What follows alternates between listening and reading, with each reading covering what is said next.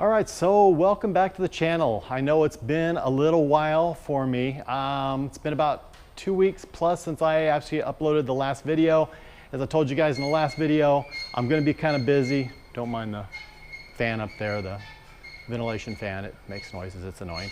But as I said, I'm gonna be kind of busy. I've changed jobs, I'm working more hours, so I just don't have as much time for YouTube. So as I said, channel's not going anywhere. I'm still gonna upload videos. It's just gonna be a little bit more sporadic and intermittent. You know, when I've got something good to share with you guys, I will. And when I have time, I will do the videos, and that's what I'm doing right now.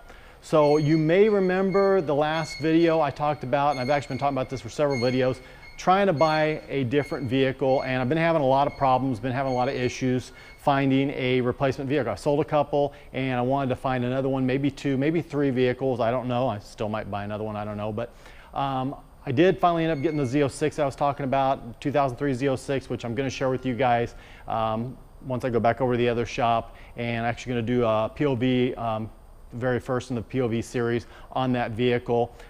Take you for a walk around, talk about it a little bit. But I ended up buying another vehicle, and it's kind of a surprise for me. I didn't expect to buy this vehicle. I wasn't really specifically looking for this vehicle, but I'm always looking. And so I ran across this one. It was close by, and I liked the story behind it, and I just liked it, so I ended up buying it. So, but before I show you that vehicle, which is right over here out of camera shot, since I'm over at the workshop, just kind of give you a quick update. The Chevelle, as you guys can see, the Chevelle is still here. Still up on the lift, rear wheel still off. I gotta assume that the rear diff is probably out. Yep, it's out. So Eddie's really close to getting this one back together. I'm hoping in the next few days or something like that we can get this one out of here and get it back on the road. I'm really curious to see what it's gonna do with the 331 gears.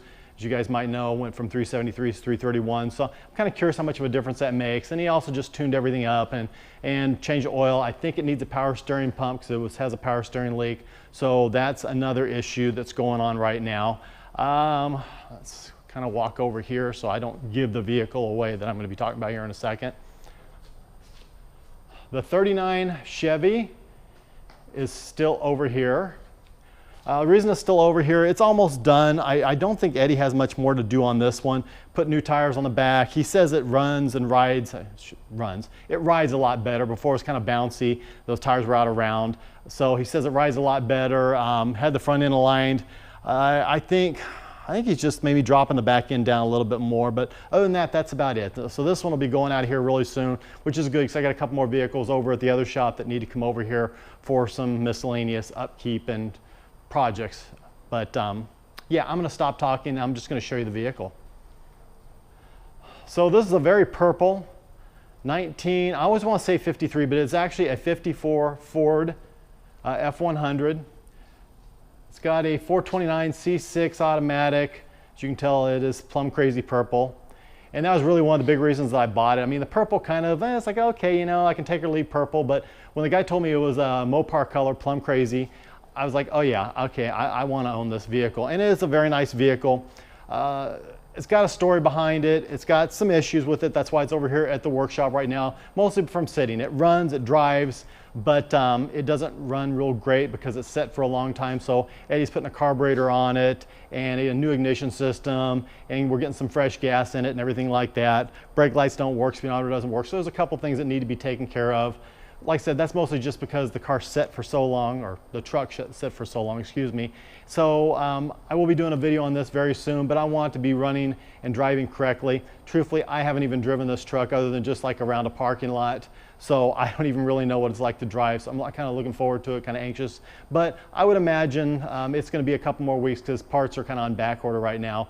So I'm going to get to this one soon, but let's head back over to the other shop. I'll show you guys the Z06, do a quick video on that, and then I'm going to wrap it up and shut up. Okay, there it is. My newly acquired 2003 Corvette Z06.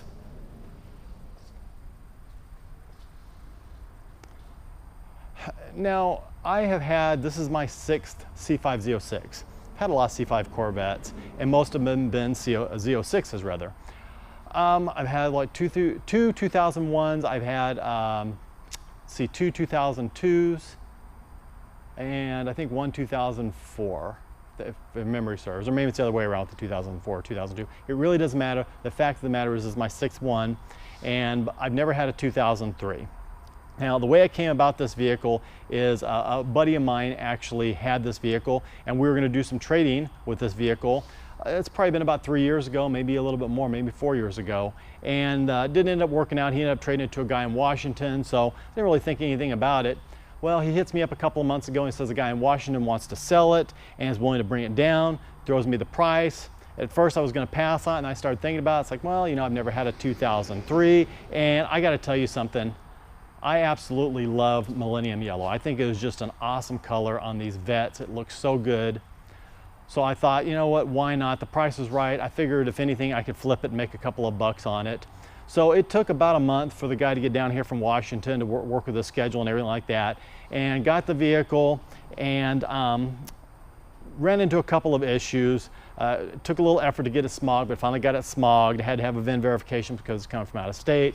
And I thought I could take it down to my local DMV distributor guy that does all my DMV paperwork and stuff like that, because I don't like going to DMV, and he could take care of it for me. Well, it turns out because this car started in California, went to Washington, is coming back to California, I have to go directly to DMV here in California to get this thing registered, which I'm not really happy about. Got to be honest with you. Normally, probably for most vehicles, I wouldn't do it, but because I just think this car is just such a cool looking car, and I love the color. I love the stance. It's pretty much a stock vehicle. It's got Borla exhaust, and it's been lowered on the stock bolts just a little bit. Go over here. Really can't see much. I mean, it's just a Z06, right? But I don't know, there's just something about it. The more I drive it, the train agrees, the more I drive it, the more I'm around it, the more I see it, the more I like it. So I think I kind of want to keep this one. I don't have any big plans for it, a couple small mods, but you know, the one that I just got rid of, the 2001, had a Pro Charger on it. Certainly could very easily put a Pro Charger on this one, but I would also have to upgrade the clutch. And I'm thinking, you know, I'm end up being into the car another 15 grand just to do a Pro Charger, a tune, and a clutch and everything like that. I don't really think it's worth it. The car moves and scoots very well. It drives very well. It's got 38,000 original miles. Show you the inside. It is really super clean, really well kept. And it seems like all these Corvettes have like the same interior smell. But I mean, door panels are in really good shape. Everything is just in really, really good shape. It's got a nice little rumble. It's not overbearing. It's a nice driving car. Really doesn't need anything. Like I said, a few little touches and that'll be it. So I'm gonna go ahead and strap on the POV camera right now and just take it around the block really quick, wrap up the video. I mean, I've done so many of these C5 Z06s, and I'm sure you guys have seen so many videos. It's really nothing new, but yeah, I'm kind of excited about it. I think it matches the collection pretty well. Sets pretty well in here, and so like I said, I plan to keep it. I mean, unless somebody makes me an offer or a trade or something like that I just can't pass up, I think I'll end up keeping it. So let me strap on the camera. We'll get this thing around the block. You guys can hear it, see it, be behind the wheel, and see what it's like. Okay. Got the car started up, warmed up. It's good to go. Got the AC on because it's a little bit of a warm day. So I'm just going to take you guys for a quick run around the block. I mean, let's face it, the car's kind of been done to death as far as that goes. I know this, but you know, POV is kind of fun. So hopefully the camera angle is good. I'm kind of experimenting with it. I actually went around the block one time. I wasn't really crazy about the angle, so I'm trying it again. See if this is a little bit better.